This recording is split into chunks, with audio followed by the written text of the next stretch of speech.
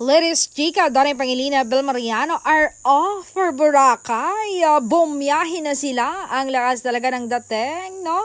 Para mag-asawa lang bagay na bagay. And kitang-kita nyo yan, bashers. Parang ayaw niyang mahirapan ang kanyang prinsesang si Belinda.